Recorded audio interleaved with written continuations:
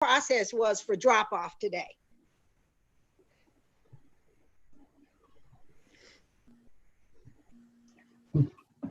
Okay, so we're about to start in about 3 minutes. Okay. I'm already got it ready on the live stream. So if we could just mute and sit tight. Yes, ma'am. There we go.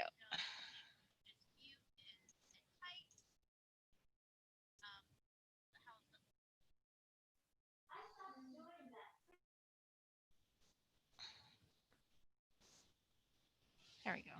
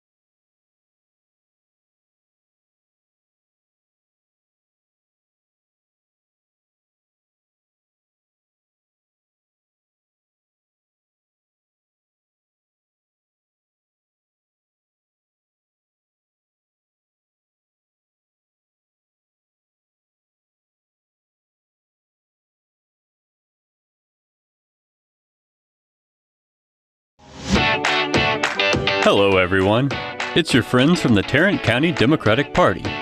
We're working very hard to turn Tarrant blue on Election Day. A lot of you have been asking, how do I do my part?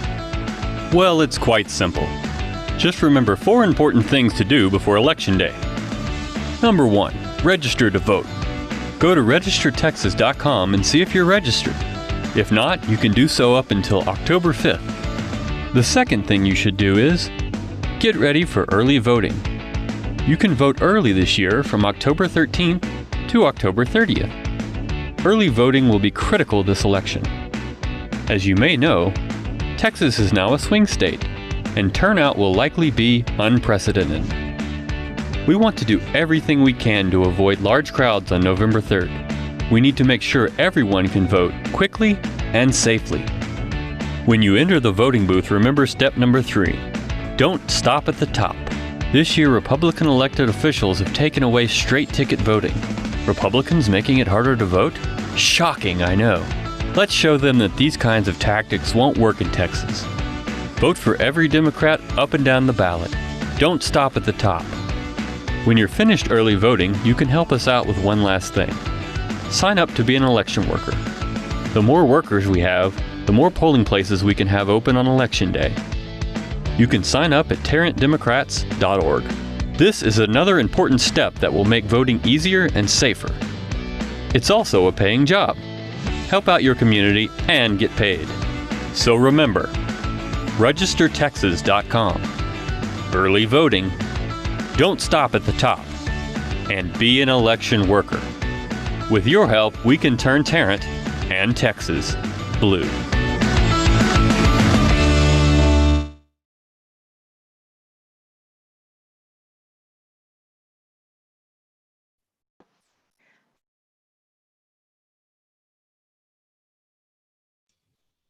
Okay, Ashley, I think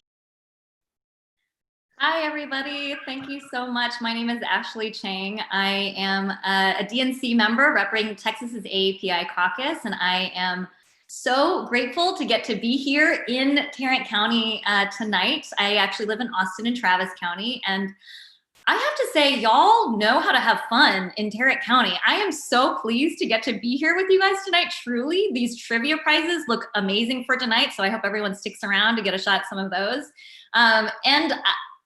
I hope no one from Travis County is here with us tonight listening, but I am oddly jealous of some of the races and the candidates that you guys have in your area too. There's so many key flippable races in Tarrant and amazing candidates. We get to hear from some of them tonight too. And if you've done anything with the Texas Democratic Party, you've heard a million times already that Texas is the largest battleground state, and so much of that starts right here in Tarrant. So thank you for letting me join y'all for this super fun event tonight. I wanted to announce, since I do rep the AAPI Caucus of Texas, a really incredible Asian American Pacific Islander caucus event we have coming up with our partners at the Biden campaign and the Texas Democratic Party. We are about to launch a huge initiative, the first AAPI 10 Days of Action to mobilize our AAPI communities, because as the fastest growing population in Texas, we and I am sick of being marginalized, but we could be the margin of victory instead. And we are reaching out to 215,000 Texas AAPIs, including in Tarrant, in the next 10 days, which will be leading up to early voting. It starts, the campaign starts Friday, August 2nd. So I hope you'll join us. Just go to joe.link/Texas written out AAPI to sign up. And I see Kareem Farisha from Biden's campaign will be on soon, probably talking more about it, but just as a spoiler alert, Kevin Kwan, the author of Crazy Rich Asians, will be there. We're hosting a Dungeons and Dragon fundraiser and game for congressional candidate Donna Imam. She could be one of our first AAPI congresswomen that we send from Texas. She'll be joined by Andrew Yang, and if you're a fan of Netflix reality TV shows, Indian matchmaking star V.S. Ganesan will be there as well. Plus, we'll have tons of community care in the form of wellness breaks and yoga sessions and meditation and Bollywood dance. So if that all sounds fun to you, you don't have to be AAPI to join. Go to joe.link/Texas AAPI. And I also wanted to make sure that you guys knew that the DNC has just launched a new Twitter account today called @Truth. And give them a follow right now and share their status updates, as they'll be live tweeting fact checks during tonight's debate. And I'm guessing they'll have a lot to say. So @Truth on Twitter. And then finally, I just wanted to say thank you guys so much again. I know that if you're watching this stream, you care deeply about other humans. You know, I know that you care deeply about the future of humanity, and you already know what is at stake in 35 days. You are probably already doing all of the phone and text banking with Tarrant County Dems and plastering get out the vote messages on social media and all of your group chats and spending weekends doing lit drops for all these amazing candidates up and down the ballot. And I just want you to know that we see you. What you're doing matters so, so much. And every time you reach out to a new voter, you are normalizing democracy and civic engagement for others. And that impact will last beyond this election cycle. I know it because that's how I got started, by talking to folks who are getting out the vote as well. And I know you're probably exhausted and overwhelmed, but we only have 2 more weeks left until early voting to power through this together. And I can't wait to take that collective sigh of relief together on November 4th, because we've won this thing up and down the ballot by such huge, overwhelming numbers, and we'll all get to look at each other across the internet and know that it was because of us and our work together. So thank you guys so much, and have fun tonight. So Ashley, thank you so much for being here. And let me just tell you, it's not Austin. The work is right here in Tarrant County, because I'm telling you, we have the most amazing AAPI committee, and they're active and working and very involved and engaged. But Ashley, would you please model your earrings again? Because I want to tell everybody I voted today. So on Friday, the Tarrant County elections mailed 57,000, I think 545 ballots. They were mailed on Friday. They hit mailboxes yesterday. And for those of us who decided I was going to mail mine, but today I wanted to see how the drop-off process worked. So I voted for every Democrat from the top of the ballot all the way down to the bottom. It gave me such joy to have so many races to vote in, and I know it will give you the same. And I drove to Tarrant County elections and dropped it off. So it was, I've had a great day knowing that my vote will be counted and it's already in.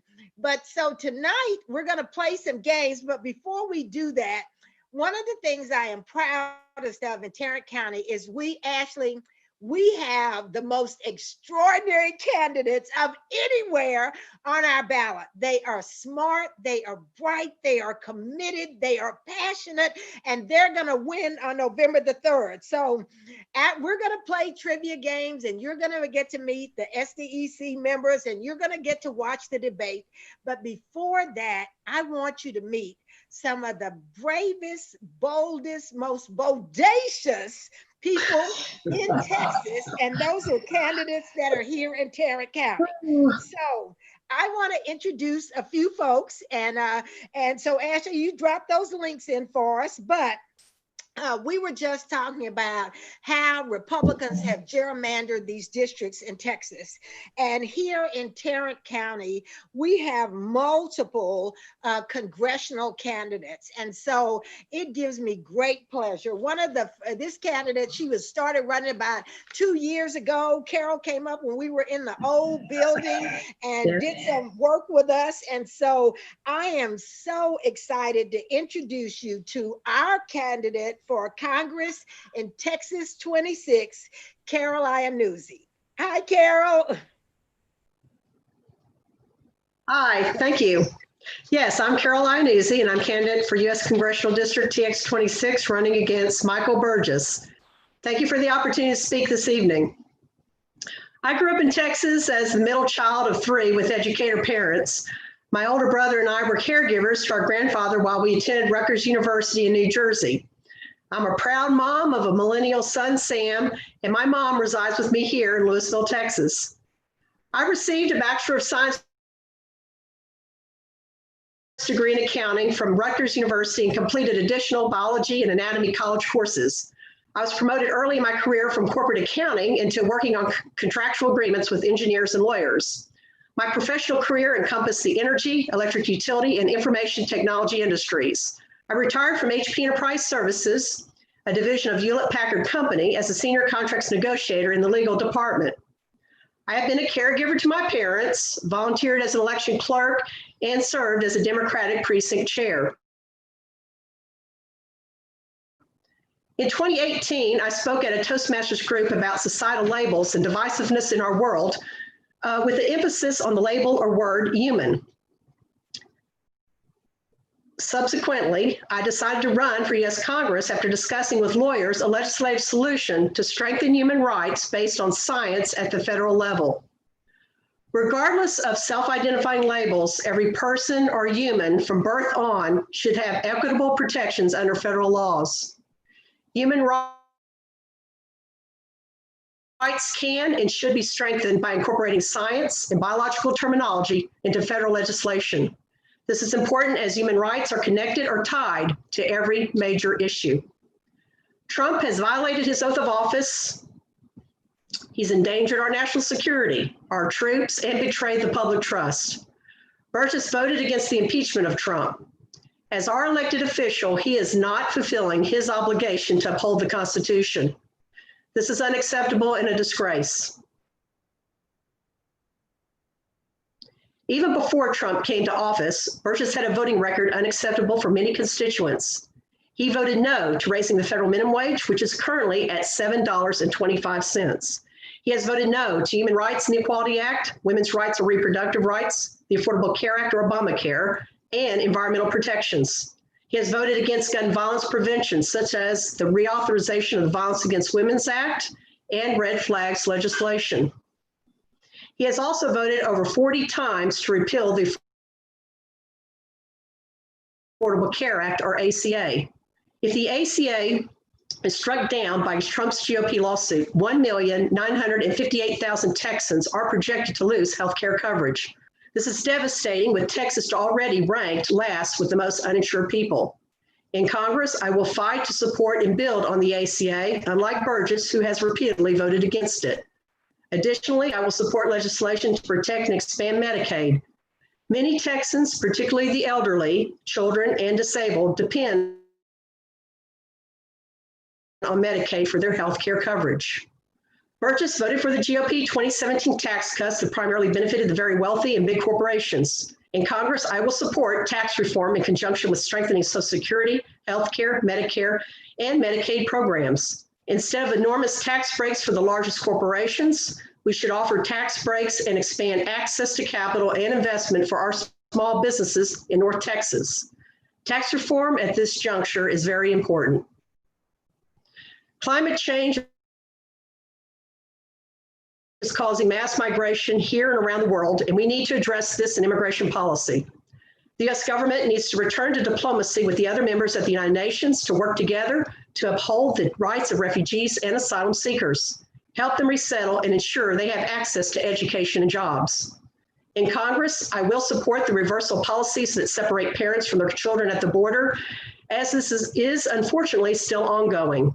I support the end of metering or the limiting of number of asylum applications. My team and I visited the Texas-Mexico border on humanitarian trips last year, and many families are seeking safety from violent cartels or gangs in other countries. I support legislation to work toward modernization of the immigration system with a priority of keeping families together. I support the protection of dreamers that were brought to the U.S. as children. I support legislation that treats spouse and children of green card holders as immediate relatives. I support increasing number of visas offered for permanent work-based immigration, and I support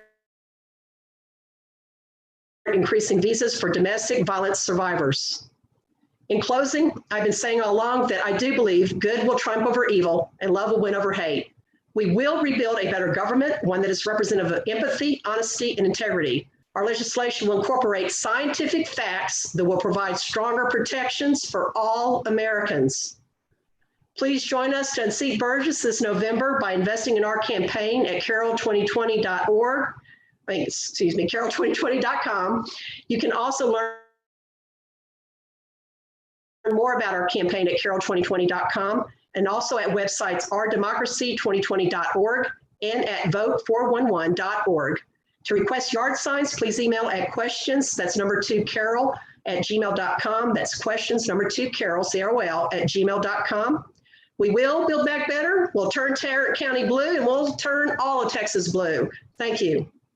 Wow, what an amazing candidate. And so I think everybody, they're dropping information in the links. Heather is posting things in the links. But Carol, if you want to drop signs off at the headquarters, please feel free to do so. We can't keep them in because people are picking them up. But let me just tell you, I know Burgess, and I'm telling you, we've got to elect Carol. So Carol, thank you so much for joining us tonight. Okay, and now moving from Washington to Austin. We have next an extraordinary, and I'm gonna call him young man because I got the grade that I'm able to do that, but a brilliant lawyer, a devoted husband, an amazing father, a daring Democrat. And so I am so excited. The last time we had in 18, we lost House District 92 by 2 percentage points. And I said then that that would never happen again under my watch. And so representing us on the ballot in House District, what did I say, 22 House, yeah, I'm losing it. It's 92. So in House District 92, an extraordinary candidate, Knox's dad, my candidate for House District 92, the attorney Jeff Whitfield. Thank you so much, Deborah. Thank you. And watch out, Knox may run in here any minute now and try to be part of the show. I am Jeff Whitfield, and I am honored and privileged to be your Democratic candidate for Texas House District 92. This community includes Hurst, Euless, Bedford, parts of Arlington, Fort Worth, and Grand Prairie. This community is a place I've known almost all my life. We moved to Northeast Tarrant County when I was a kid. My dad came here to work for Ben Hogan Golf Equipment, and my mom was a hairdresser in the same community I seek to represent almost all my life. I'm a product of public schools here. I'm a product of Virgil ISD. And I'll tell you, growing up in this area, the folks that I grew up around, my teachers, my family, my church community, they were folks who really believed in service before self. Unlike the person we'll hear tonight, Trump, who believes that people who serve are losers and people are, pardon me, suckers, and those who die in service are losers. Here in this community, I was taught that service is the most extraordinary thing you can do. And I was inspired as a young man to serve my country. It led me to the Air Force Academy, where I was honored to get a tremendous education and trained to be one of our nation's Air Force leaders, service as an Air Force officer. And then my community continued to expect me to work hard and serve. And so I went on, I trained with diplomats in Europe. I went and worked at the War Crimes Tribunal in The Hague in the Netherlands. I came back to the United States and I went to law school here in Texas, knowing how important it is, the rule of law, understanding the importance of law in our society. Again, unlike the person we'll hear tonight, Trump, who believes that he can bend the law and do whatever he wants with regard to our tax system. I was trained to respect the law, that our nation is one of laws. And then I was honored to work for one of the highest federal courts in this country, making sure that our laws remain sound and protected the people. That's what this community inspired in me. And you know, a couple of years ago when they came to me, the same teachers, the same neighbors, and they frankly called me out. They said, this man who claims to be our representative, Jonathan Stickland, is an embarrassment. He says horrific things. He insults the vulnerable. He votes against public education. He attacks poor children who need lunch money. He insults at folks in his own community, and we're tired of it. We need somebody who can take him out, who can defeat him at the polls. And I'm honored that they're standing with me today. My teachers, my principals are on the phones calling their neighbors, saying that while Stickland may not be on the ballot, there's an even more dangerous person, another Stickland puppet, another Empower Texans puppet who is going to be on the ballot. We as Texans had enough of this. We're not going to stand for this kind of abuse in terms of the people who are representatives. We're going to vote them out, and we're going to defeat them when they're on the ballot. I'm honored to be the Democratic candidate. I'm honored to have an opportunity to represent my community. And I can tell you, I'm honored to be with the extraordinary men and women from the top of the ballot to the bottom, from the extraordinary at every level of office that we are running. And I'm excited to watch what happens on November 3rd. So I know you found a way to plug in, but if you're looking for another campaign to make more phone calls with, to do more postcards with, please visit us at whitfieldfortexas.com and imagine how good it's going to feel to take back this seat that Stickland held hostage for 10 years. I'm Jeff Whitfield. Thank you. Oh, I love it. And so if you weren't excited before you heard from Carol and Jeff, you should be dancing now, because this is the caliber of candidates that we have. And so as we're warming up, let me just tell you something. So Jeff, this next person I get to introduce is somebody, now you're my friend, but this is somebody that I consider a ride or die. When I first decided to run for county chair, this person was one of the first people that stood up and stood with me. And everywhere I go, if I didn't ask for a vote, she asked for a vote for me. She and her family relocated because of a job. And so she moved away from me by miles, but never away from me in my heart. This last election cycle, she ran for and won the job of Justice of the Peace in her community. She's an extraordinary campaigner. She's an extraordinary mother and friend. She is also a member of the DNC for the LatinX Caucus. I just want to welcome back home, the Honorable Celina Vazquez. Oh, you're so sweet, Deborah. Thank you, Madam Chairwoman, and all of the candidates that are here. It is truly an honor and a privilege for me to be here with you all. As your ex officio Senate District 9 Committeewoman, we have been on the ground working since 2010 to try to turn Tarrant County blue. So I know the work that goes into it. I know the coalitions that we need to build to win. As Chairwoman Peoples mentioned, I was her neighbor in her precinct, a couple of blocks away from her, and we were instrumental in helping State Representative Nicole Collier, and we were also helping our HD 92 friends during previous races. So I am so excited to see y'all running. And so let me tell you what's on the ballot this November. Justice is on the ballot. Voting rights is on the ballot. Public education is on the ballot. Access to healthcare is on the ballot. As your Democratic National Committee woman, it's my job to help you turn out the Latino vote. And I'm talking about not just in my backyard, but we're talking about the Rio Grande Valley to West Texas, to North Texas, to Central Texas, where I now live. So I am deeply committed to help you build the relationships, the coalitions, to help you turn out the Latino vote.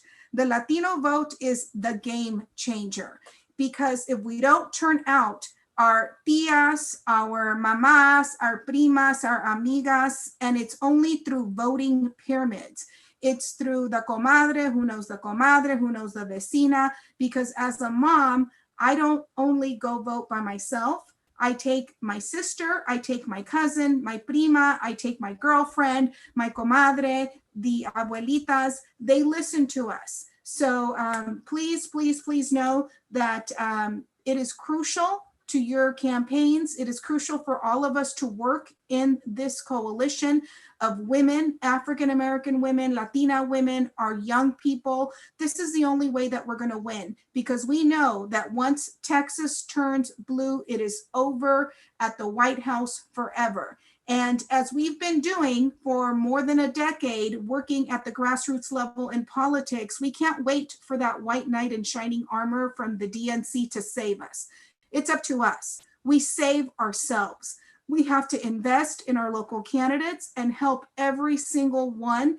And now that we don't have straight voting, straight ticket voting, it is even more incumbent on us, because if it takes a regular voter 5 to 6 minutes to go down the ballot, it's going to take a Latina woman from my community who may be lower socioeconomic, it's going to take us 15 or 20 minutes. So please, what I ask is for a lot of grace, a lot of patience, and my community is resilient.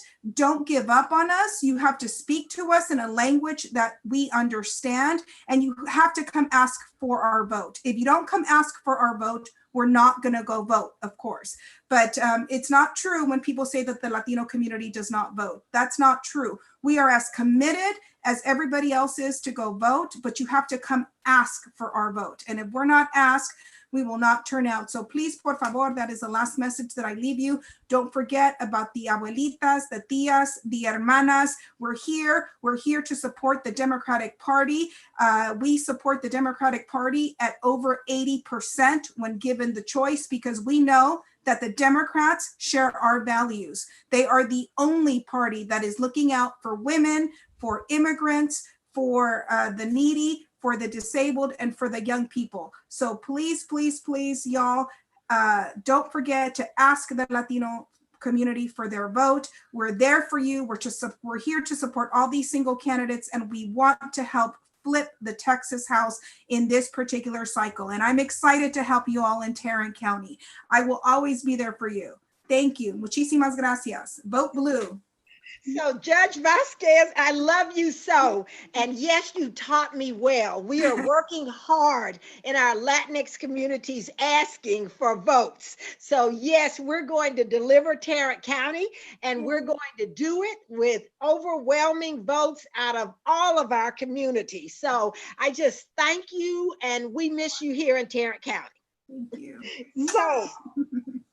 So now we have the Texas AAPI director for Biden for president here. So Karen, Ashley promised us that you were going to teach us great things on the AAPI upcoming event. And even so, I think Ashley promised you were even going to teach me how to dance. So I'd like to introduce Karen Farishta, who is the AAPI director. Hi, how are you? Hi, thank you so much, Deborah, for having me, for Judge Vazquez, for your incredible remarks, Jeff, for the great fight that you're running, and all the incredible candidates that we have here in Texas, and particularly in Tarrant County, who are going to turn your county blue and make sure that our state sends our 38 electoral votes to Joe Biden and to Kamala Harris. I could not be more excited to be joining you tonight. My name is Kareem Farishta. I am the API director for the Biden campaign here in Texas. And I come with you with a whole lot of gratitude for the work that you have been doing and the work that you will be doing for the next 36 days to come. We heard from Deborah that she has already cast her ballot.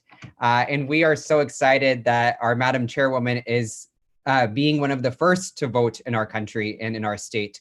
But let me start by telling you what is at stake tonight. During the debate tonight, Vice President Biden will be speaking directly to the American people. He is going to talk about his plan for COVID-19. He is going to be talking about his plan to build back better. He is going to be talking about his plan to give working families and small businesses a fair shot. And of course, he is going to be talking about how the super wealthy and corporations need to pay their fair share. On the other hand, we'll be hearing from Trump, who has to answer for his lies and his failures. He has lied to us about COVID-19 and about how deadly it is. Trump doesn't have a plan to contain the virus, and unfortunately, 200,000 Americans have died, and 26 million Americans are receiving unemployment insurance today. This is no joke. We are truly in the battle for the soul of our nation. I personally have lost family members and loved ones and friends as a result of this atrocious disaster that the president has created. And while President Trump keeps repeating false attacks, Vice President Biden will remain focused on the issues that keep voters up at night. He's going to be talking about our small businesses closing and the reduced hours that folks have to go to work, about our aging parents who are especially vulnerable during COVID-19, and how important it is for us to help our kids and our grandchildren make sure that they can learn remotely while they are going to school, and making sure that anyone who has a pre-existing condition has the rights and the privileges to get healthcare in this country. We also know that tonight is going to be filled with a lot of worry and a lot of scare that people might have about the future, because we have all been fighting for the last 4 years, and for many of us for decades, to make sure that we can find a leader who can bring us together. I am confident that that leader is Joe Biden, and that co-conspirator in this fight is Kamala Harris. So Vice President Biden will be showing us today the work that needs to be done to talk directly to the American people, to lay out his vision of how he's going to address COVID-19 and build our economy and help us build back better. Because for 4 years that have gone unchecked, we need someone who can unify us, not someone who will divide us, and someone who will stand up for our families. Biden will not be losing his temper tonight, whereas the president will. And as Ashley mentioned to you all, we are having a truth checker and a fact checker tonight because we want the president to be held to account. We also want to make sure that everyone knows that Trump has been lying to us. Trump's taxes reinforce what we already know, Vice President Biden sees the world from Scranton, whereas President Trump sees the world from Park Avenue. And that is not someone who stands up for the American people. Every single day, Americans are doing everything they can to pay their fair share, and President Trump has only paid $750 in federal income taxes. That is an utter disgrace. So what I want to share with you all is that President Trump has used his power as president to expand loopholes for himself, and he has not stood up for the American people. We need a president, we need Vice President Biden and Senator Kamala Harris to stand for us and to stand with us. So we have an opportunity in Texas to make those changes come to reality. If you are not yet registered to vote, please go to registertexas.com right now to make sure that you're registered and have a plan to vote. Early voting in our state starts October the 13th and goes on until October the 30th. Make sure that you and your family and your friends are all registered and have a plan to vote. You know, we are 36 days away from November 3rd, but already in these United States, 1 million people have already cast their ballot. And I hope many of those ballots are for Vice President Biden and for Kamala Harris. If you have not yet made that plan, I urge you to make those plans right now. We are seeing record-breaking turnout in Virginia and in Minnesota and in states all across the country. Texas is America's largest battleground. So if you are interested in joining us, we have a lot of events coming up, and I promised you that I was going to share what those events are. So every Wednesday from 6:30 to 8 p.m., now until the election, we are reaching out to the 800,000 Asian American voters who call Texas home. We are calling them and we are texting them. We are sending postcards. I'm going to drop this link for you all. So if you can sign up, I would really appreciate it. And as Ashley said, we are kicking our 10 days of Asian American action starting this Friday, particularly with a voter protection training. We know that a lot of folks have questions about the voting process, about early voting, about voting by mail, and it is important for us to share some answers with y'all. So I hope you will join us at 5 p.m. on Friday, where we're going to be having a voter protection training. And I will drop that in. I hope Heather and our chairwoman can share that out, because that's our opportunity to reach out to as many people as possible. And then there's a few more events coming up this weekend. We have a lot of celebrities who are joining us. We have the Congressional Asian American Caucus that's joining us next week. And we have folks from Netflix, from Hulu, and members of Congress and folks who are running as Asian Americans who will be joining us. So I'll take a moment to drop a few links for you all. I hope you all realize and know how much we value you, how much we appreciate you. Tarrant County is part and parcel to turning our state blue. The work that you have put in over the last 4 years is coming to fruition in the next 36 days.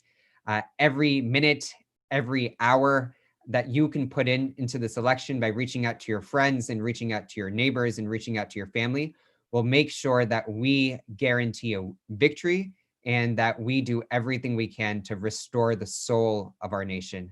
I am grateful for you. I'm grateful that you are working to make America a more decent place, and that you are doing everything you can to elect Vice President Joe Biden and Kamala Harris as our next president in the United States. Thank you so much. Oh, Kareem, thank you so much. What extraordinary words. And I think I join everybody else in saying how excited we are to do just that. And so while we're pretty proud of Tarrant County and we're working very hard in Tarrant County, we are one of 254 counties in the state of Texas. And we have an amazing Texas Democratic Party that is headquartered in Austin. But here we have extraordinary committeemen and women who work hard for us every day to ensure that Texas and Tarrant County is well represented. So now I'm going to turn it over to Libby Willis, who is the SDEC General, the Rules Committee, over the Rules Committee. And Libby is an extraordinary Democrat. She is joined by Committeewoman Vicki Moore, Committeeman Steve Ruiz, Committeeman Emad Salem, and Committeewoman Diana Branson. So Committeewoman Libby Willis, please take it away. Hey, Chairman Peoples, how are you? Good. Let's talk extraordinary, and I think that spells Deborah Peoples, if I have that right. We do have a tremendous group of committee men and committee women. I am proud to serve with all of them. You're going to hear from all of them, and I had a set assignment, and I'm going to sort of skip around on that. I just want to echo what Chairwoman Peoples said. This party, this state party, is just fired up and excited, and we seem to have raised more volunteers, more money, more excitement for this presidential election than I have seen in many, many, many cycles. And so, you know, the internet's helping us. We're all using it because we've got the pandemic. And so we're meeting this way instead of in person as we'd like to be. But that has actually helped the party raise money. When we met, when our state Democratic Executive Committee met in September, the middle of September, they told us that we had $2.8 million in the coffers. That's unheard of for this party, and they're raising more. And all of it is going out to get people registered to vote, to let people know they can file those applications, fill them out online, print them, send them in to get their mail ballots, which, by the way, yesterday in my mail, we received the mail ballot. And so what are we going to do with this? We're going to vote this ballot, sitting here probably at my computer. We're going to drive the 6-8 blocks up the street. We happen to be lucky and live in Northeast Tarrant County. We're going to take it to Tarrant County Elections with our ID. We're going to march ourselves in there and hand it over. And we can do that tomorrow. We don't have to wait till early voting starts. So I'm very excited to get to go ahead and vote. But basically, what I wanted to say is, and just tell you one other thing about the meeting that happened in September. You all probably remember that back in late May, we lost one of our great Democratic heroes from here in Tarrant County, and that was former state senator, former Fort Worth mayor, Hugh Parmer. And the Tarrant County Party had graciously adopted a resolution in his memory and his honor, and we sent it forward to the state party, and the whole state Democratic Executive Committee adopted it. And I just think that's a good reminder for us. We are going to be electing Democrats on November 3rd who follow in the footsteps of Hugh Parmer. And that's saying something, because Hugh Parmer was a stand-up human being, right? He didn't take a lot of stuff lying down. He stood up for what was right. He did it for his hometown. He did it for his home Senate district. And that's why we have these great candidates all up and down our ballot, from Joe Biden and Kamala Harris and MJ Hager and Jeff Whitfield and Lydia Bean and Elisa Simmons. And you go down the list to all of our county candidates. It is amazing. And the party is out there every day with teams of people who are excited about helping get these candidates elected. So I just want to run by you one other quick thing they told us. I thought it was great information. This time, 4 years ago in 2016, we had 15.1 million registered voters in Texas. And what they are telling us, what they told us in September, is that they are projecting for November, only weeks from now, there will be 17 million registered Texas voters. So look how much of a difference, how many more we have. The really good news is that what they are finding, and this is documented from Target Smart Modeling in September, 45.1% of the new registered voters in Texas are Democrats, and only 34.3% of the new registered voters in Texas are Republicans. So it's up to us to go get those 45.1%. We got more of them, y'all. We got more. All we got to do is get them registered and get them to make their plan to vote and then turn them out to vote. GOTV means more this year than it probably has ever meant.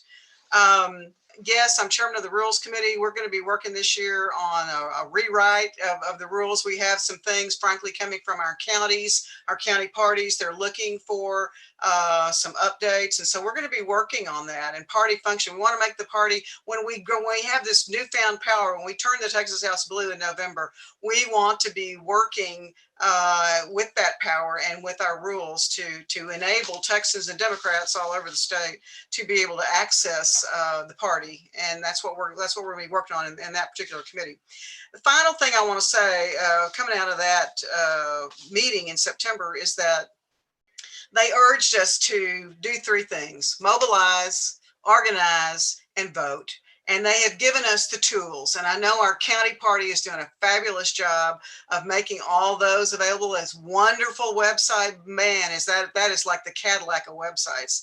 And so is the state party. So I will urge you, and I can drop these in the chat, or maybe they're already there, but all of us need to be going to mobilize.us/TDP organizing, and that's going to put you straight into how you can volunteer for Joe Biden and Kamala Harris. And there are lots of ways we can do that. They also are strongly stressing helping out with voter protection.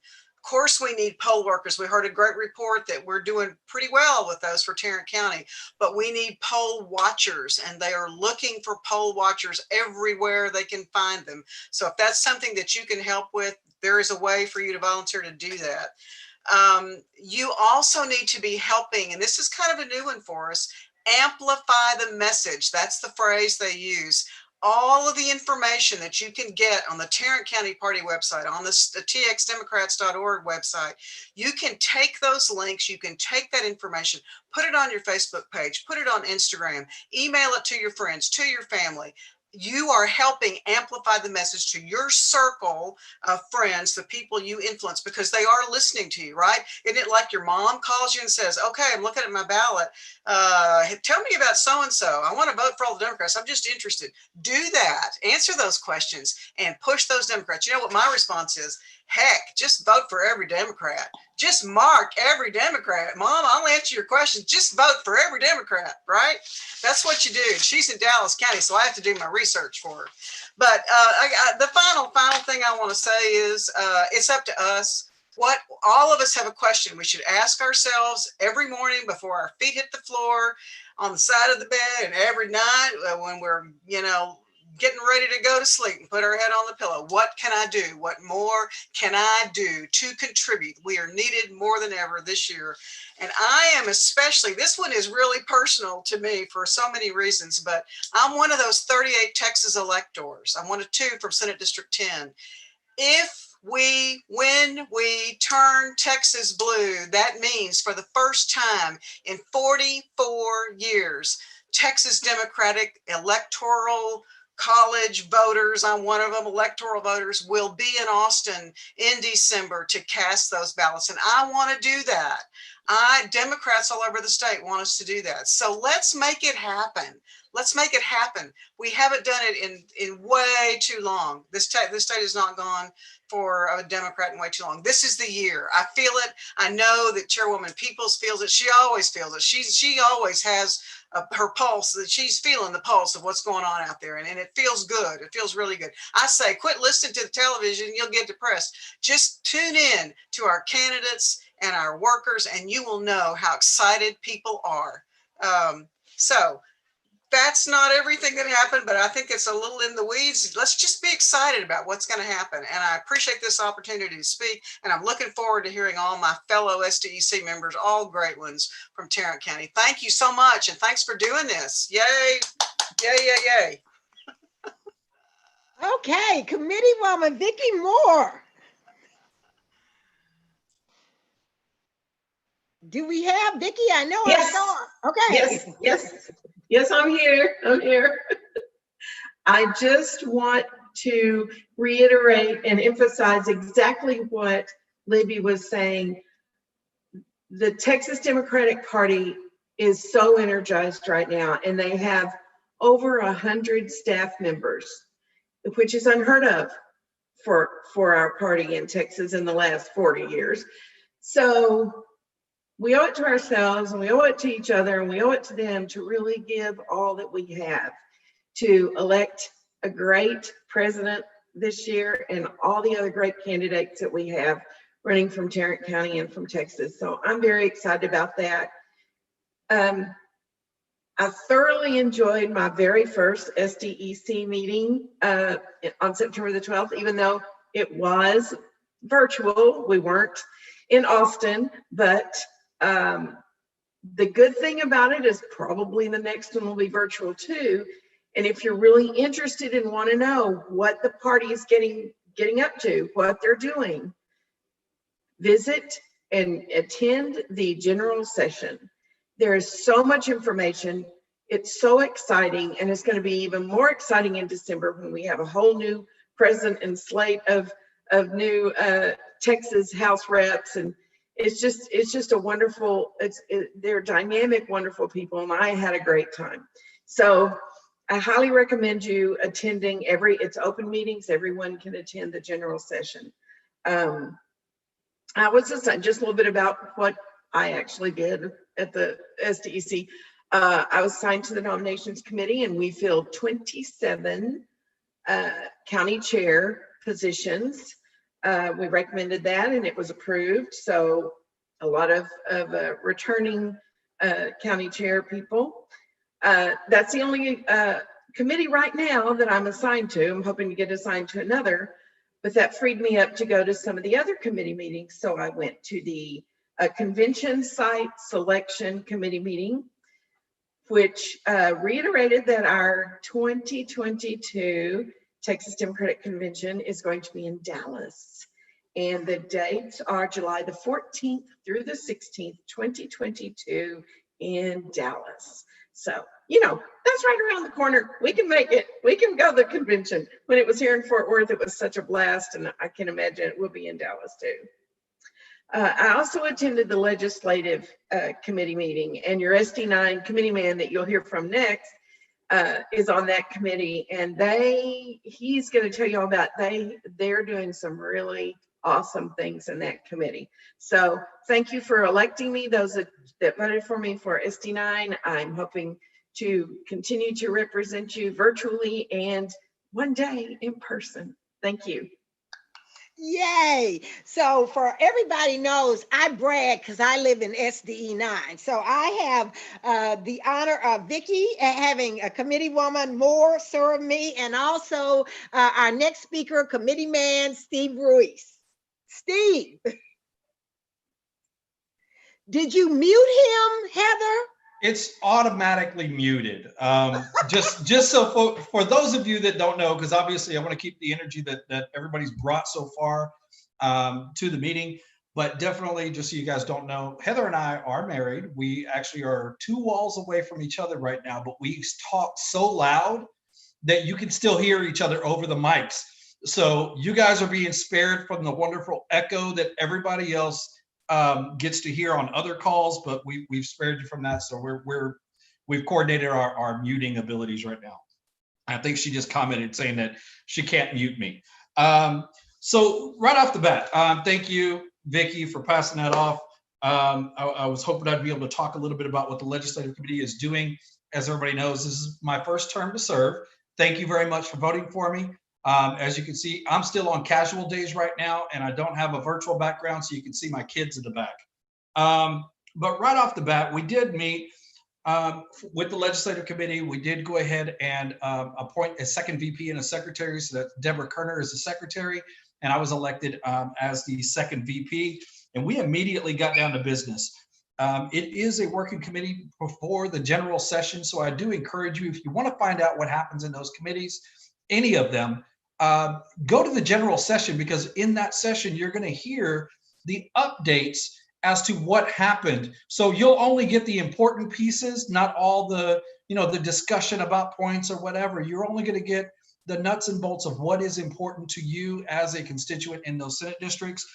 But to give you the update for the Legislative Committee, we did decide to narrow our focus a little bit. And when I say narrow our focus, that does not mean that other issues are not important to us, but we wanted to make sure that we were functioning more like a organization does, where you have a group of people that are actively coordinating on a specific targeted item.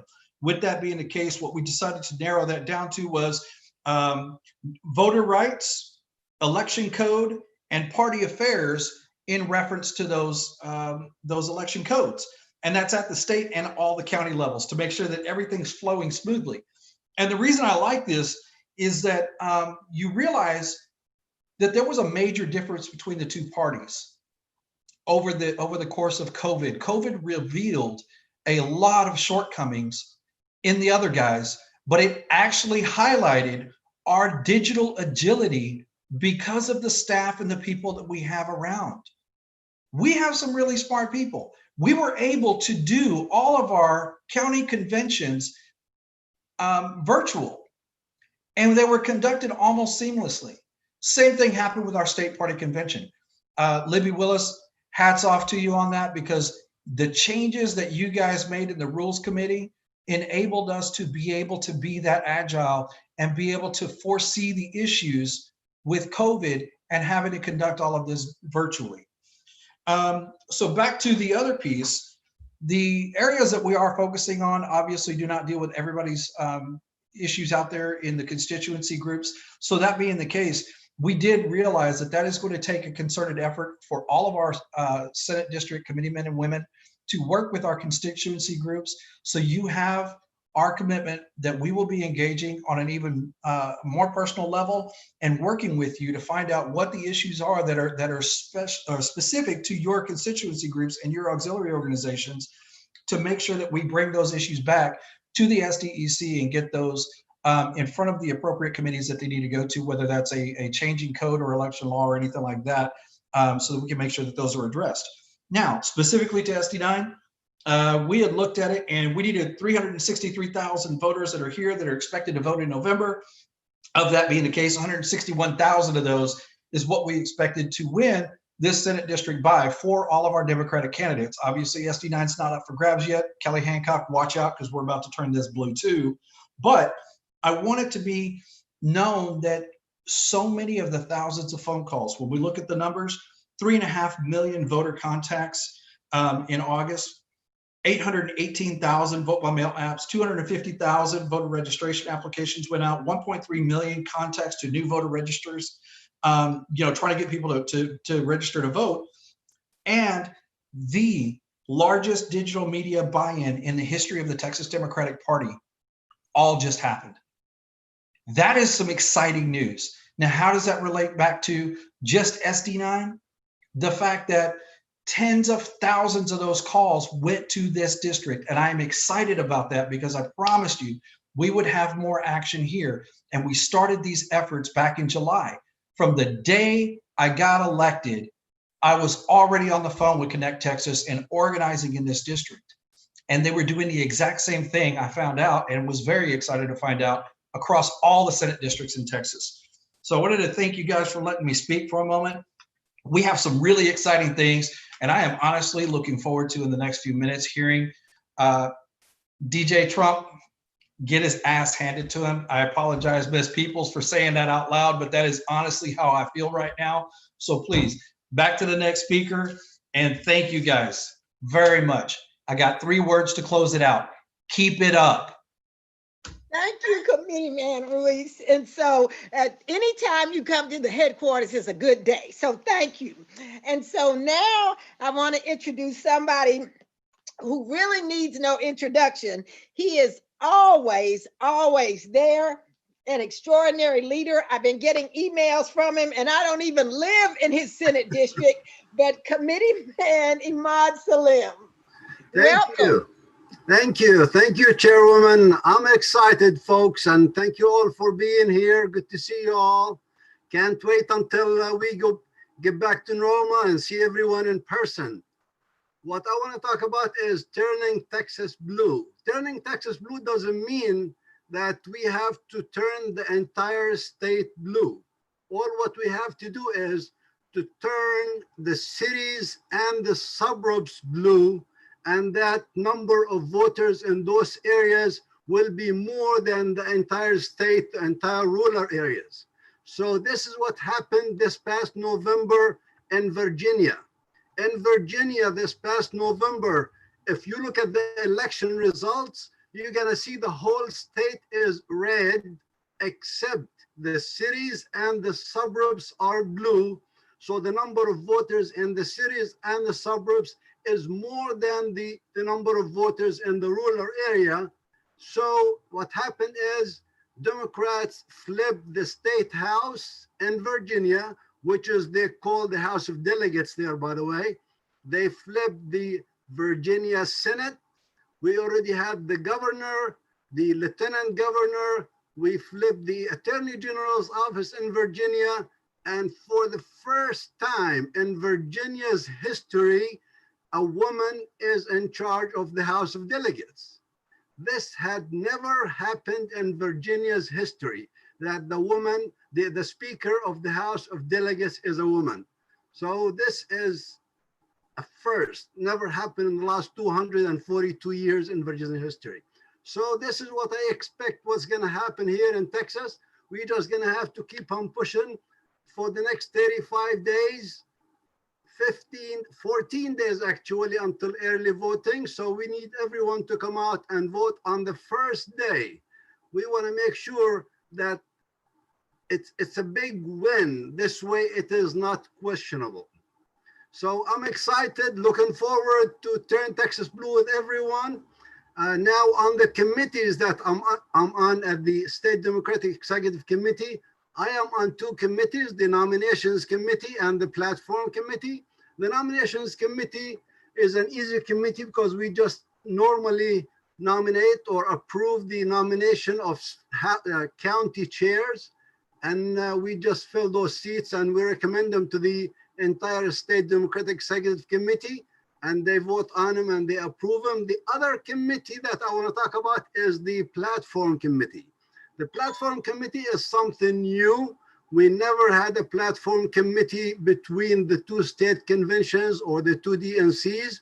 Normally the Platform Committee starts working like 3 months before the convention, and they finish their job in the last week or so before the convention, and we vote on a platform and it gets submitted and it gets accepted, and that become our platform. So now this year, the state party want to do something else. We're gonna start working on the platform right away. And for the next 2 years, we're gonna work on it to make sure it is a platform that is what they call a living document. It's something that represents us continuously. And this is what they say in the email that they send. The committee shall be responsible for the submission of a recommendation to the Rules Committee. So this is the first thing is going to do. We're going to have to ask the Rules Committee, and the chair is right here and listening. We're going to have to ask him to give us some rules, how we're going to create this new platform, how we're going to make changes on it, how we're going to vote on it, how people are going to submit resolutions to be added to this platform. So we're going to be working with the Rules Committee and working with the state party staff on the platform structure, debate rules, the drafting, the approval process, which must include consulting progressive policy experts and making the platform a living document, not just a product of each state convention. So once a process is approved by the executive committee, the committee shall be responsible for drafting of clear, concise party platform planks outlining the values of Texas Democrats. So there's gonna be new, something different. I'm excited to be the vice chair of this committee and looking forward to November 3rd. Thank you all. Oh, thank you so much. And now just to show you the power of Tarrant County, not only are in Tarrant County are our leaders in Senate District 9, but also Senate District 10. But we also have an amazing committee woman from Senate District 12. Welcome, welcome, Diana. How was your meeting? Oh, it was amazing. So this was my first meeting over at the SDEC, and I can't say that I am working with such a great group of people. Everyone comes together. It is such a high quality group. It is truly amazing. I have to say that coming on, I represent both Tarrant and Denton with SD12. And this is one of the great things. My committee man that I have, Brandon, I don't think is here this evening, but the two of us are two peas in a pod. Let me tell you, we're doing some things in our area to really try to fire up Texas, because it's so important that we turn Texas blue. So one of the things I know that we're doing is a town hall on October 10th at 10 a.m. And we are so excited to bring some things, and I'll tell you a little bit more about that. But really more importantly, some of the meeting things that I'm a part of is my number one choice was the messaging committee, because for the last 4 years, we know how important words are. Donald Trump has just trampled over lies after lies, and it is so important for us to be able to speak in one voice. That is what I like about Democrats. We speak what is on our mind, and we say it with truth, and we say it with conviction. I am so looking forward to the debate tonight. It is going to be such a refreshing air coming from Biden, someone who is presidential, someone who actually has a standard of moral ground with decency and respect. That is something we so need, is our country to come together. That is why I wanted to join the messaging committee, because one of the unique things is we are a small but mighty committee. We come from all corners of Texas, literally. So I have Jeff and myself, which represent Dallas and Tarrant County in this area. And then we also have Jen, which is over in the southern part of Texas at the very tip. And we also have Colby, which is our fearless leader, which is leading the way. I am also proud that the Young Democrats are actually chairing all of the messaging committee. That is such a great thing, because one thing that everyone needs to be aware of is Texas is not a red state. Texas is a non-voting state. So I can't iterate enough to you to bring a friend with you to go vote. Take your friends. Your vote matters. Your single vote added up amongst the millions of other Texans will flip this place blue. And it doesn't matter if you live here in the city or out in the rural area, your voice matters. Do not sit at home and think my vote does not matter in the sea of all other votes. Because what I'd like to share with you this evening is Hillary Clinton lost in many cases by 2 votes in precincts that could have flipped the entire state in many cases blue to her favor. If it wasn't just for that 1 or 2 people that thought that their vote didn't matter. So I encourage you, I implore you, I am begging you, please, if you know someone that needs to register, that time is coming up soon and you need to go out and register today. I know I hit those pavements this weekend and I handed out at 3 different apartment complexes, marching up and down stairs, and my thighs are still tired today, let me tell you. But it is important that you get out there and vote. I want your vote. I want to hear how you voted this time, because we have 3 weeks. We have October 13th to the 30th to go vote. And don't wait, you get out there and vote. Now, one of the other things I would like to share before I leave today is that 1/3 of all Texans are young Democrats. Yes, 1/3 of them can go vote. And so I need all the young people out there. Your vote matters. I want you to go out there and go vote. So one of the other things that we're also, Brandon and I are trying to encourage in our area in SD12 is we're having exemplary Democrats. And some of the areas of Denton and both Tarrant, So in Tarrant County, we have Sherry Traube. So she has been so amazing and so supportive, and she has helped phone bank. She belongs to so many clubs. She was nominated by Michael Stackhouse to be an exemplary Democrat for SD12. So I'd like to say thank you, Sherry, for all of your work here at Tarrant County. But I can't just stop there. So one person also that we have in Denton County is Helen Marwinski. She organized in Frisco the Black Lives Matter March, and I can't thank you enough. And writing all of those postcards, 5,000 of them. I mean, that just blows my mind. Your hands have to be just falling down. And thank you for all of your work that you have done. So for my first time in SD12, I have to say I am honored. I am honored to be with you all today. And I'm also really excited to turn Texas blue. So thank you. I'm Diana Branson with SD12. So Diana, thank you. So I know that some of you have already started playing the trivia game. I'm not allowed to play the trivia game, but if anybody on here, our Facebook Live group is already playing it. But let me remind you of some important dates. Diana, your time spent this weekend distributing those voter registration cards was not in vain. I talked to the elections administrator today. Cards are coming in. People are coming. So we are, the Star Telegram had an article, don't believe it, that voter registration was down in Texas. In a time of COVID, we expected that. It's picking up. And so good things are happening. So you have till October the 5th to register to vote. If you have questions or concerns about your registration, you can call elections or give the Tarrant County Democratic Party a call at 817-335-8683, and we will go to war to make sure you get registered. The other thing is early voting does start on October the 13th. It is from the 13th through the 30th. In a time of COVID, we are encouraging people, please vote early. We know we're going to have record turnout. We expect to have long lines on election day. We have countywide voting in Tarrant County, so you'll be able to vote at any of 141 locations. We hope to have poll greeters to encourage you to stay in line, but please go and vote early. The other thing, for those of you who vote by mail,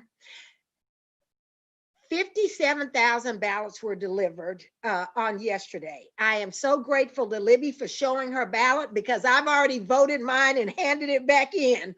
So I know I just have my I voted sticker.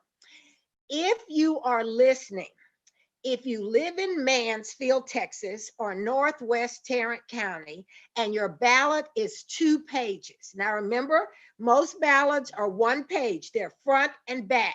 But if you have 2 pages, that means it's front and back, and it's really 4 sides you have to vote. Your ballot requires extra postage. It is 70 cents.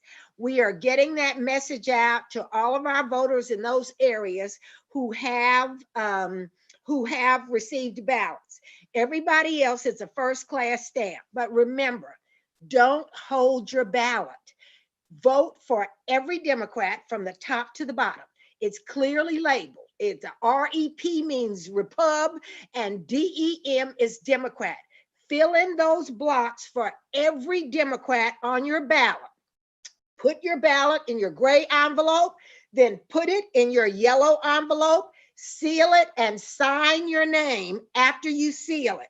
You can either put a first-class stamp on it and mail it back in, or you can, like I did and like Libby says she's going to do, drive to the elections office at 2700 Premier with your ID and drop off your ballot. We're going to win in Tarrant County. We're going to win big. There's going to be no question. We're going to change the face of the justice system by electing 10 Democratic judges. We're going to have a new county sheriff, a new county tax assessor collector.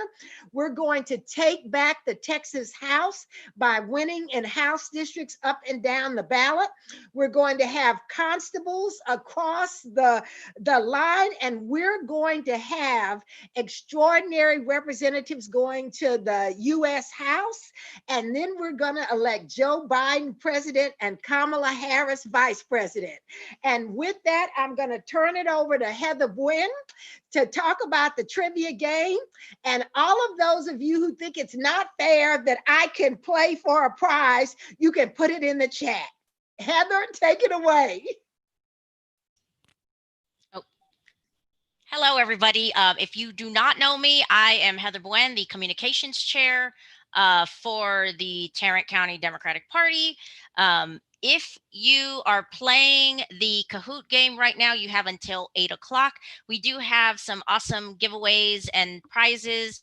A lot of you that are in our social media, whether you're on YouTube or on Facebook, you should see the registration link. So everyone that has registered, or previously through our Mobilize America link, you are automatically entered to win some great Biden-Harris yard signs and prize packs. And then also, if you are playing the Texas 101 trivia, I see a lot of folks that are already playing the game. So if you're not familiar with Kahoot, I'm actually going to share my screen because I'm about to play as well. Of course, I do not count. But that way you can see. Good, Heather, my game. You won't let me play. It's a little bit fun. It's Texas trivia. And so I'm guessing it's not Oklahoma.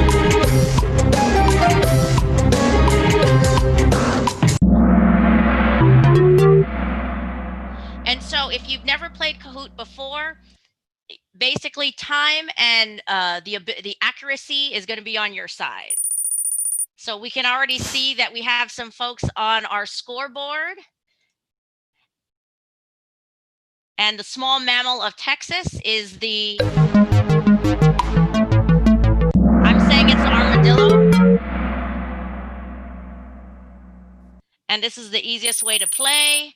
So if you're out there in Tarrant County Democratic Party social mediaville is what I call it, and you've already registered, then you should have received an email with the Kahoot link. I know some of our candidates and speakers that were with us are also playing the game. Anybody knows the highest point in Texas?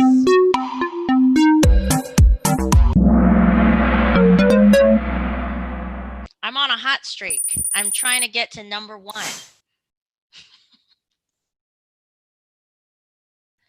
In what year did Texas become a state? I'm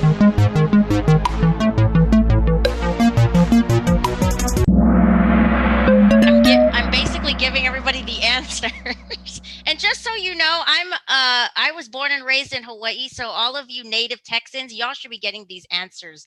I shouldn't be giving them away. So I do have a question from Libby Willis on the areas in Tarrant County that require 70 cents in postage for the mail-in ballots. Just to note, the U.S. Postal Service does have a policy of prioritizing election mail, and I know we had talked about that a little bit earlier, that they will be delivering a ballot envelope even if it does not have sufficient postage. And Libby, just so you know, I did ask Hyder about that, if they had sort of verified with the post office about that. So as well. So this is information from the County Services Department of the Texas Democratic Party. Definitely, we want our voters to make sure they have the correct postage. And I'm hoping that the post office does in fact deliver the ballots and put it up to the front, but definitely don't take any chances. Make sure you have the correct postage. If you do live in the city of Mansfield or in the Northwest ISD, your ballots, because there's some ballot measures on there, the postage for your mail-in ballots are going to be 70 cents. For everywhere else in Tarrant County, the postage will be just a regular first class stamp. Yeah, and don't think though, and don't fret that your ballot will not be delivered, but just to be safe, I know that we have candidates, especially Joe Drago in House District 96, where a lot of his city of Mansfield is basically in House District 96, doing text messages. We're going to be making calls to voters, just to remind them to make sure that they have enough postage, as well as making sure that they return their ballots. So I'm going to actually head on over. I'm going to, instead of giving away all the answers to the trivia game, because I want everyone to be able to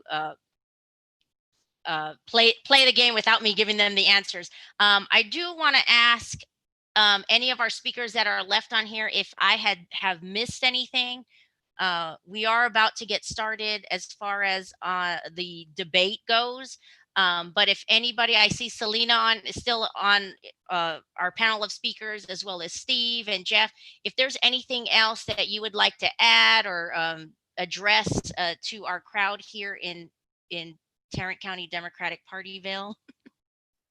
Vote blue. Besides vote blue and don't Trump. I'm going to watch the debate. I'm going upstairs with my family now. So since Deborah's gone, this is the part where we play the shots drinking game. For every time that Donald Trump says a lie. So who's with me?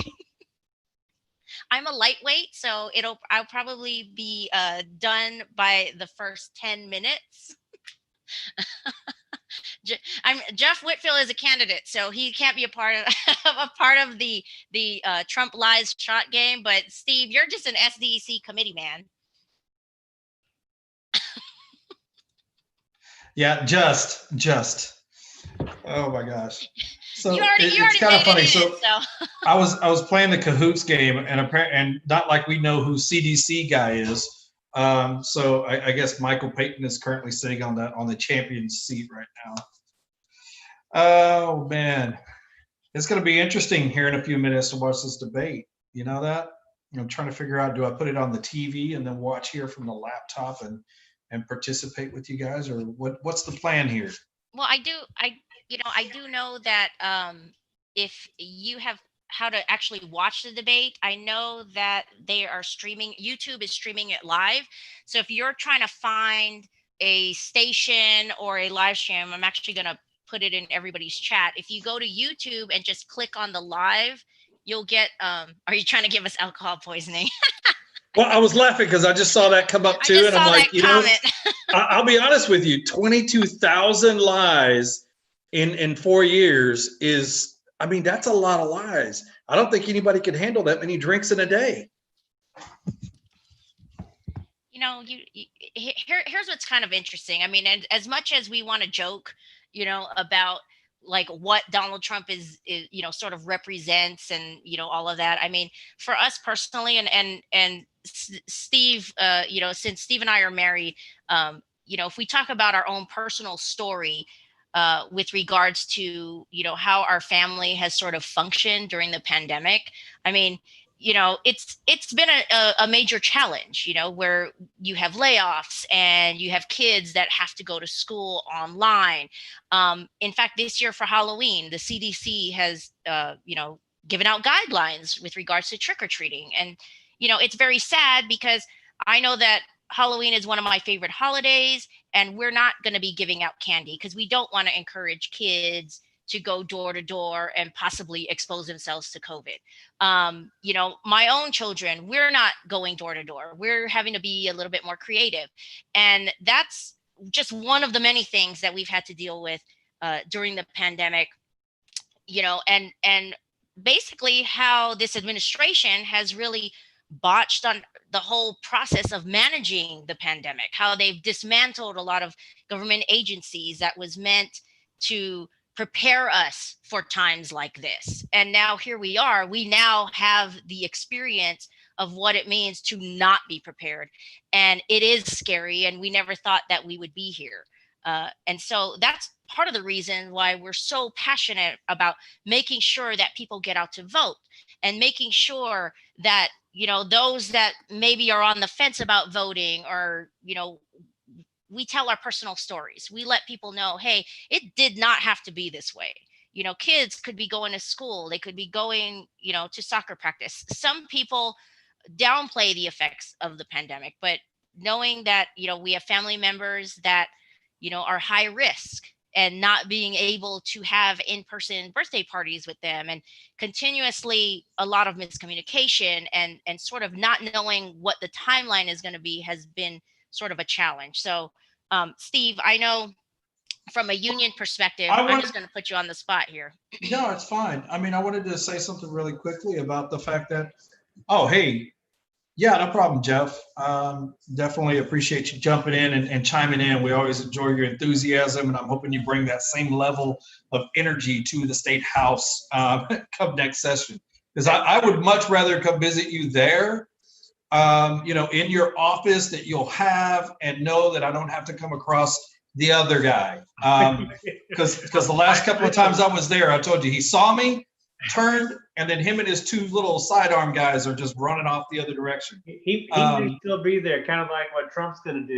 He's going to be holding his gun, standing outside the office, trying to keep it. We'll kick him out of there. But oh yeah, and you know what? I got no problem with it, and I know you'll let us in. Hopefully, we don't have to visit with 50 or 60 people in tow to tell you how horrible of a job you're doing to our workers in the State Department. But it would be nice. No, seriously, you don't have to come and deal with somebody like that anymore. Having a lot of friends in the State House. Oh yeah, it's awesome. And then we have an office across the street, so anytime you need anything, they're there. Rick and Monse and the whole group, they're there. And during the sessions, they have a meeting at 9 a.m. every single morning to talk about hot issues for the day. So you ever want to know what's going on, they're definitely in reach. So I appreciate it. Well, yeah, good to see y'all. I'm going to go. This is a good time. Everybody will be on their television. I'm going to go stick yard signs up all over the district. Absolutely. Probably a good time to do so. See you later, Jeff. See y'all later. Thank y'all again. Heather, I wanted to talk really quickly about the fact that, just in that second week of September, I think it was, or that 7-day period where they were checking, 870,000 new or people applied for unemployment in just 1 week. People who have never applied ever before in their lives. That is a tragedy that we need to actually be voting to avoid going forward. It is ridiculous. And when you think about what some of us go through, I know a lot of people, especially like yourself, Heather, you're fortunate enough to be able to work from home because your job doesn't require your physical presence to actually perform a task. Whereas with myself and many of my union member friends, we can't install an electrical outlet. We cannot load a plane from home. So when these kind of events happen, we have to go home. We have no choice. It's either that or expose our families to a known contagion on a global pandemic level that could decimate our entire family if brought home. And so those are some things that, I look at on a regular basis and think about that as a union member. I'm fortunate enough that I had, some money in savings, that I had, alternative solutions out there that guaranteed me to be able to come home and be able to still make my bills for a few months. But the fact is that the overwhelming majority of Americans out there do not have that option. And without that option, that means that they are actually losing everything that they've made up for and saved for their retirements, for their family, their homes, their vehicles, everything that they have because of our government's inability to act appropriately. So with that being said, I'd like everybody to think about that when you're hearing these statements that they're going to be making tonight on that debate stage, and think of it from that perspective. What if you had a job that you couldn't do from home? What if your job depended on you being physically present and having to choose between the health and safety of your family or making a paycheck so that same family could eat? And how would that affect you on a daily basis going into work every morning? So I think I hear in the background, sounds like it's all going live. So I guess we'll. Yeah, pretty soon it's going live. So there's just 5 more minutes left on the trivia game. And so what I do want to let everybody know, I do the communications for the Tarrant County Democratic Party.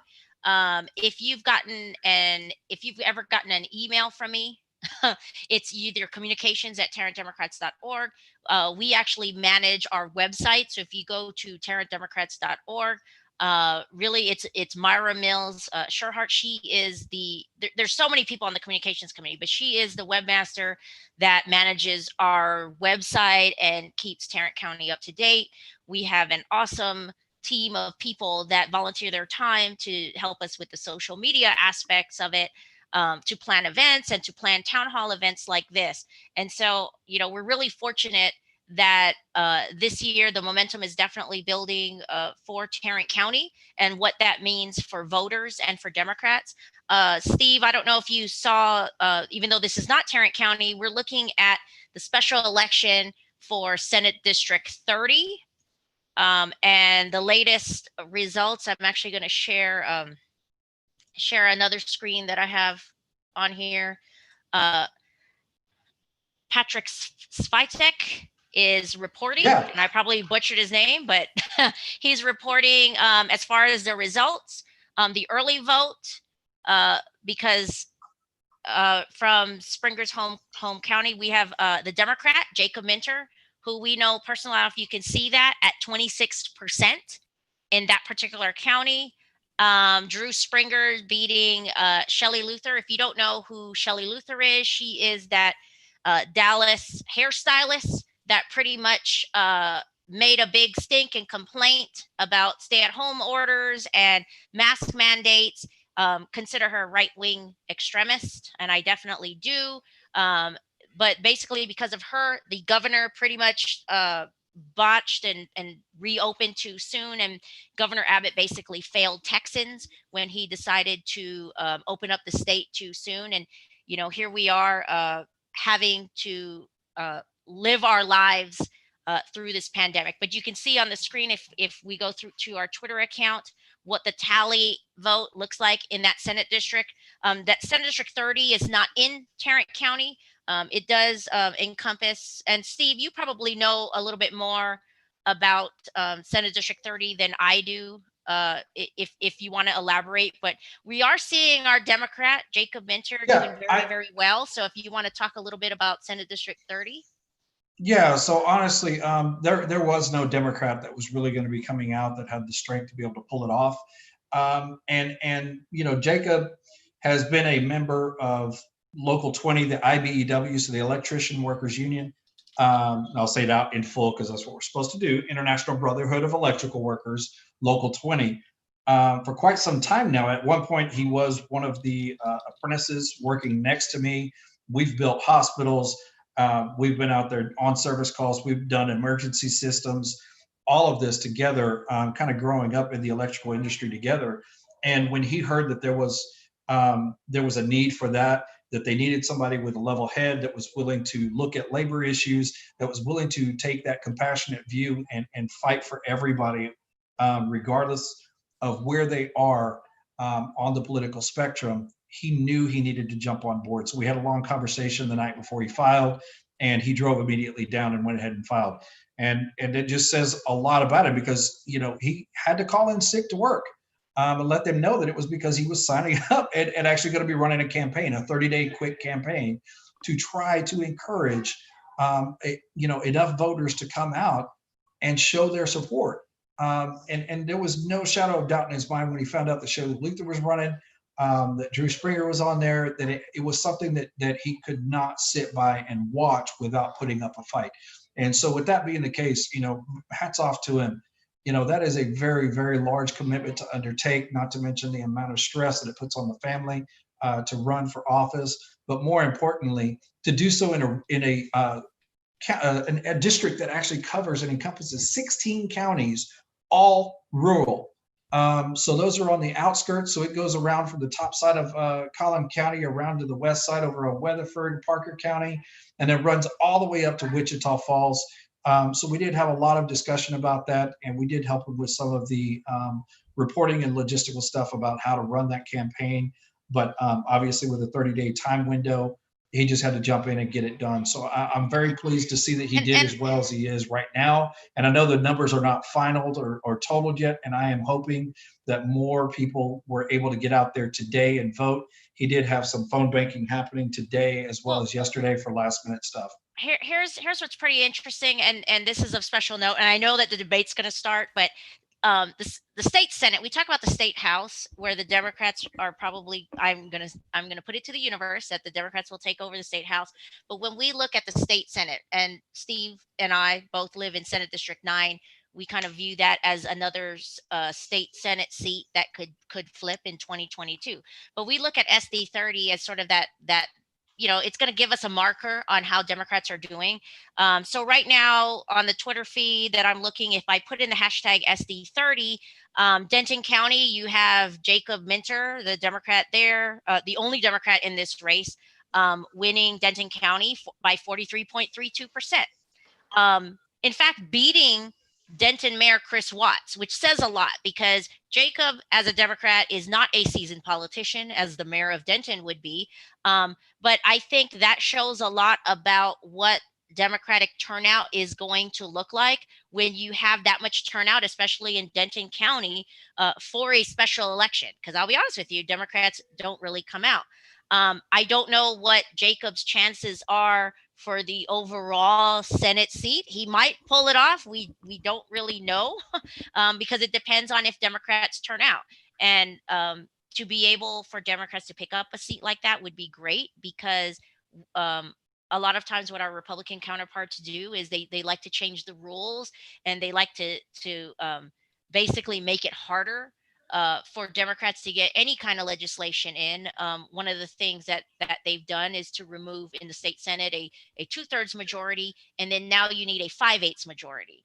And a lot of that has to do with how many seats that a Democrat's able to win in the state Senate. So I know a lot of this is boring, and Steve and I could talk about this all day long, but you can see what's going on. And Steve, I hope that your union brother is able to pull it out, because this is some of the things that we're looking at.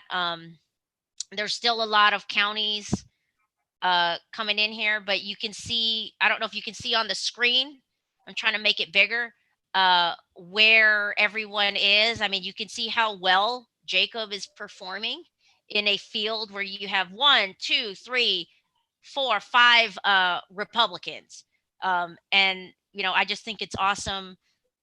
Even though we knew that Senate District 30 was probably going to stay Republican, but to see this kind of performance, is great for Senate District 30. So I know. I'll be honest with you. At the end of the day, what scares me the most right now is the fact that it's Shirley Luther, who we all know that if she's getting the new money that's being rerouted away from Jonathan Stickland, and is now the new funnel for that. And seeing the extremist views that she was willing to throw out there, even going against other Republicans like Drew Springer, that is very concerning as to what she would do if she had the power and authority of the state Senate, of a state Senate seat behind her, and what that could potentially do as far as damage is concerned to either and or both parties. And while you'll I'll very reluctantly say that I want to not see the GOP experience some damage due to their policy stances of late. The truth is that having somebody like that in the state house is very, very scary. To think about the potential downfalls that could have for any kind of legislative efforts that we have, when you see what Jonathan Stickland was able to do with just regular procedure in stopping so many effectual things from happening to benefit the working Texans and the families here, from receiving benefits of their state government being able to act on their behalf. So it is, again, very, very scary to think about what she could potentially do. So I'm hoping that, the two front runners behind her right now, Springer and Minter, are able to pull something out of the hat and just leave it with the rest of it as they get the rest of the ballots counted. Do you know how many precincts are reporting right now of the total? Or the counties? I do not, but I will definitely update everyone. What I do want to do is actually show everybody who ended up winning our Kahoot trivia game. I'm interested there. So I'm going to share that. Okay, Yellow Dog 4113, third place, and Sid second place. And who came in first? CDC 8553. And Steve, I think you said that was Michael. I was guessing it was Michael Payton because I don't know anybody else who would put CDC. But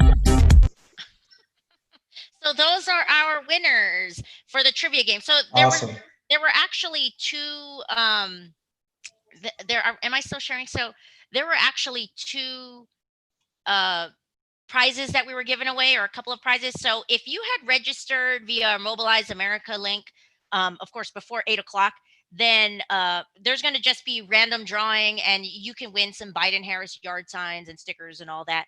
And if you played our Texas 101 trivia game, thank you so much for playing. I know for sure our first place winner will get a restaurant gift card of their choice, as well as some Biden-Harris stuff, yard signs and stickers and all that good stuff. Second and third, you just get kudos, but I'm going to try to convince Deborah Peoples to get you some awesome prize packs as well. So that's pretty much it as far as our pre-debate coverage. The debate is on, I know we'll be watching via the YouTube channel. And no, there's not really a drinking game where you take a shot every time Trump lies, which will be many. But what I do want to let everybody know is if you are on Twitter and you are following the Twitter account @Truth, TRUTH, that is a great resource to fact check Donald Trump. Of course, other news organizations will also be doing the same thing. But if you go on Twitter and go to check out @Truth, it's an easier way to follow along for the fact checking that's going on. So please go ahead and watch the debate and let us know what you think. You can send us an email at info@tarrantdemocrats.org.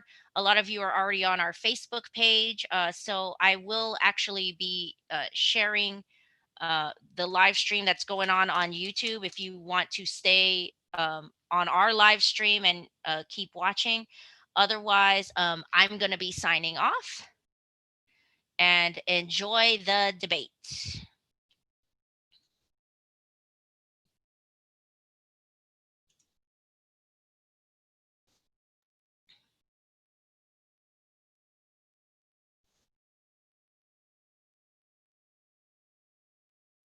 That would happen in reverse also. Definitely would happen in reverse. So we won the election and we have the right to do it, Chris. President Trump, thank you. Same question to you, Vice President Biden. You have 2 minutes. Well, first of all, thank you for doing this and looking forward to this, Mr. President. Thank you, Joe. The American people have a right to have a say in who the Supreme Court nominee is. And that say occurs when they vote for a United States senators and when they vote for the President of the United States. They're not going to get that chance now because we're in the middle of an election already. The election has already started. Tens of thousands of people have already voted. And so the thing that should happen is we should wait. We should wait and see what the outcome of this election is, because that's the only way the American people get to express their view is by who they elect as president and who they elect as vice president. Now, what's at stake here is the president's made it clear he wants to get rid of the Affordable Care Act. He's been running on that, he ran on that, and he's been governing on that. He's in the Supreme Court right now trying to get rid of the Affordable Care Act, which will strip 20 million people from having insurance, health insurance now, if it goes into court. And the justice, and I have nothing, I'm not opposed to the justice, she seems like a very fine person. But she's written before she went on the bench, which is her right, that she thinks that the Affordable Care Act is not constitutional. The other thing that's on the court, and if it's struck down, what happens? Women's rights are fundamentally changed. Once again, a woman could be pay more money because she has a pre-existing condition of pregnancy. They were able to charge a woman more for the same exact procedure a man gets. And that ended when we, in fact, passed the Affordable Care Act. And there's 100 million people who have pre-existing conditions, and they'll be taken away as well. Those pre-existing conditions, the insurance companies are going to love this. And so it's just not appropriate to do this before this election. If he wins the election and the Senate is Democrat or Republican, then he goes forward. If not, we should wait until February. All right. There aren't 100 million people with pre-existing conditions. As far as the say is concerned, the people already had their say. Okay, Justice Ginsburg said very powerfully, very strongly, at some point, 10 years ago or so, she said a president and the Senate is elected for a period of time, but a president's elected for 4 years. Point, not elected for 3 years. 10 years ago or so, she said a president and the Senate is elected for a period of time, but a president's elected for 4 years. Point, not elected for 3 years. 10 years ago or so, she said a president and the Senate is elected for a period of time, but a president's elected for 4 years. Point, not elected for 3 years. 10 years ago or so, she said a president and the Senate is elected for a period of time, but a president's elected for 4 years. That they're very That's happy simply with. not true. Well, you're certainly going to socialist. You're going to socialist medicine. We're now into, gentlemen, we're now into open discussion. Open discussion. Open discussion. Yes, I agree. Go ahead, Vice President. Number one, he knows that what I proposed. What I proposed is that we expand Obamacare and we increase it. We do not wipe any. And one of the big debates we had with 23 of my colleagues trying to win the nomination that I won were saying that Biden wanted to allow people to have private insurance still. They can. They do. They will under my proposal. It's not what you've said, and it's not what your party has said. That is simply your party a lie. doesn't say it. Your party wants to go socialist medicine. My party is and me. Socialist right healthcare. now, I am and the they're going to dominate Party. you, Joe. You know that. I am the Democratic Party right now. The platform of the Not Democratic Party Harris. is what I, in fact, approved of. What I approved of. Now, here's the deal. The deal is that it's going to wipe out pre-existing conditions. And by the way, the 200,000 people that have died on his watch, how many of those have survived? Well, there's 7 million people that contracted COVID. What does it mean for them going forward if you strike down the Affordable Care Act? And Joe, you've had 308,000 military people dying because you couldn't provide them proper health care in the military. So don't tell me about this. I'm happy to talk about this. And if you were here, it wouldn't be 200, it would be 2 million people because you were very late on the draw. You didn't want me to ban China, which was heavily infected. You didn't want me to ban All right, gentlemen, Europe, which was heavily infected. You would have been much later, Joe. Mr. President, much later. Mr. President. You're talking about 2 million people. You're not Mr. President, as the moderator, we are going to talk about COVID in the next segment, but go ahead. Let me finish. The point is that the president also is opposed to Roe v. Wade. That's on the ballot as well in the court. And so that's also at stake right now. And so the election is already You don't know it's begun. on the ballot. Why is it on the ballot? Because Why is it on the ballot? It's not on the ballot. It's on the ballot in the court. I don't think so. In the court. Well, there's nothing happening there. Donald, would you just don't be quiet know for a her minute? view on Roe v. Wade. I don't know her view. Well, all right. Let's talk. We got a lot to unpack here, gentlemen. We got a lot of time. So on health care, and then we'll come back to Roe v. Wade. All right. Mr. President, the Supreme Court will hear a case a week after the election in which the Trump administration, along with 18 state attorneys general, are seeking to overturn Obamacare, to end Obamacare. You have spent the last... Because they want to give good health care. If I may ask my question, sir. Good health care. Over the last 4 years, you have promised to repeal and replace Obamacare, but you have never in these 4 years come up with a plan, a comprehensive plan to replace Obamacare. Of course I have.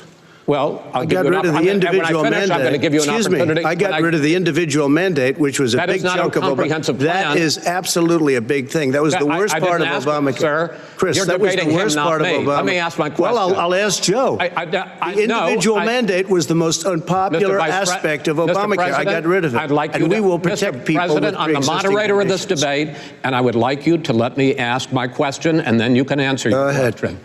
You, in the course of these 4 years, have never come up with a comprehensive plan to replace Obamacare, and just this last Thursday, you signed a largely symbolic executive order to protect people with pre-existing conditions 5 days before this debate. So my question, sir, is what is the Trump health care plan? Fine. Well, first of all, I guess I'm debating you, not him, but that's okay. I'm not surprised. Let me just tell you something, that there's nothing symbolic. I'm cutting drug prices. I'm going with favored nations, which no president has the courage to do because you're going against big pharma. Drug prices will be coming down 80 or 90%. You could have done it during your 47-year period in government, but you didn't do it. Nobody's done it. So we're cutting health care. All of the things that we've done, insulin. I give you an example, insulin. It was destroying families, destroying people. The cost, I'm getting it for so cheap. It's like water, you want to know the truth. So cheap. Take a look at all of the drugs what we're doing, prescription drug prices. We're going to allow our governors now to go to other countries to buy drugs because they pay just a tiny fraction. As I say, this is open discussion. No, let but me this ask is you about, big, this is big stuff. Sir, you'll be happy. I'm about to pick up on one of your points to ask the Vice President, which is he points out that you would like to add a public option to Obamacare, and the argument that he makes and other Republicans make is that that is going to end private insurance. It is and not. Well, if I can ask you the question, it will Not end. what your party says, by the way. It will end private insurance and create a government takeover of health care. It does not. It's only for those people who are so poor they qualify for Medicaid. They can get that free in most states, except governors who want to deny people who are poor Medicaid. Anyone who qualifies for Medicare Medicaid would automatically be enrolled in the public option. The vast majority of the American people would still not be in that option, number one. Joe, you agreed with Bernie Sanders, who's far left, on the manifesto, we call it. And that gives you socialized medicine. Look, hey, Are you saying I'm not you going to didn't listen agree? to him. The fact of the matter is, I beat Bernie Sanders. Not by much. I beat him a whole hell of a lot. I'm here standing facing you, old buddy. Pocahontas would have left 2 days early. You would have lost every primary. All he knows how to on do Super is hurt. Tuesday. You got very lucky. Here's the deal. I got very lucky. I'm going to get very lucky tonight as well. And tonight I'm going to make sure, because here's the deal. Here's the deal. The fact is that everything he's saying so far is simply a lie. I'm not here to call out his lies. Everybody knows he's a liar. But you I just agree. want to make sure. Joe, you're the liar. I want to make sure. Graduated last in your class, not first in your class. I want to make sure. Mr. President, can you let him finish, sir? No, he doesn't know how to do that. He has, You'd be surprised. You pick You'd be surprised. the wrong guy, the wrong night at the wrong time. Listen, you agreed with Bernie Sanders to the manifesto. The whole idea. Let him disavowing. There is no manifesto, number one. Please let him speak, Mr. Number President. two. You just lost the left. Number two. You just lost the left. You agreed with Bernie Sanders on a plan. Folks, absolutely agreed folks, do you have any idea what this clown's doing? They call it Do you have any idea? socialized medicine. Mr. President. I'll tell you what, he is not for any help for people needing health care because he in fact already has cost 10 million people their health care that they had from their employers because of his recession. Number one. Number two, there are 20 million people getting health care through Obamacare now that he wants to take it away.